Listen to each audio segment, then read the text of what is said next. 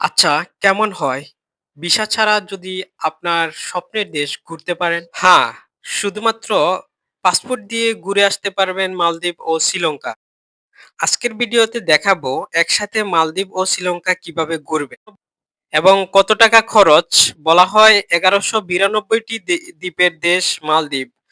স্বচ্ছ নীল জলরাশি এবং স্বচ্ছ বালির দেশ মালদ্বীপ। এছাড়া ভারত মহাসাগরের রত্ন শ্রীলঙ্কা এই দেশগুলো ঘুরতে বাংলাদেশের জন্য খুবই জনপ্রিয়। মালদ্বীপ হচ্ছে বৈচিত্র্যের দিক থেকে এক অন্যতম দেশ, যেখানে আপনি মাছের সাথে সাঁতার কাটতে পারবেন মেরুন ড্রাইভ দিয়ে। সেটা ইনক্লুডেড থাকবে আপনি যখন যাবেন $৪০ মধ্যে। এবং আমরা হচ্ছে একটা বোট হায়ার করলাম, সেখানে হচ্ছে অনেকজন মানুষ ছিল বাংলাদেশি।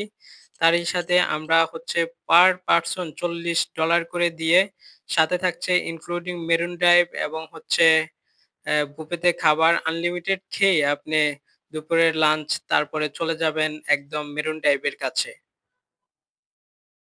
বোট দিয়ে আমরা যাচ্ছি আর ডলফিনের সেই সুন্দর সাঁতার কাটা আমাদের এক অপূর্ব অভিজ্ঞতা হয়েছে।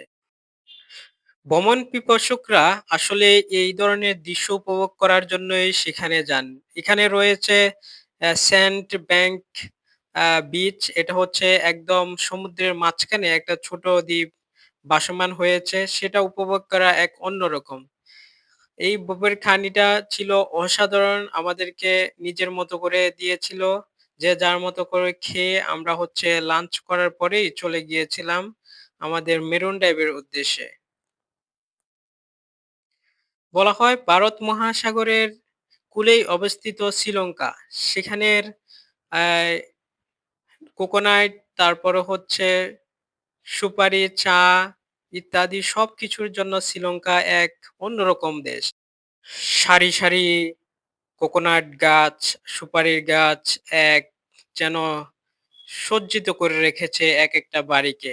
শ্রীলঙ্কার অন্যতম দৃশ্য হচ্ছে থ্রি স্টার হোটেলে থাকার এবং নাস্তা ইনক্লুডিং থাকবে সকালের ব্রেকফাস্টটা।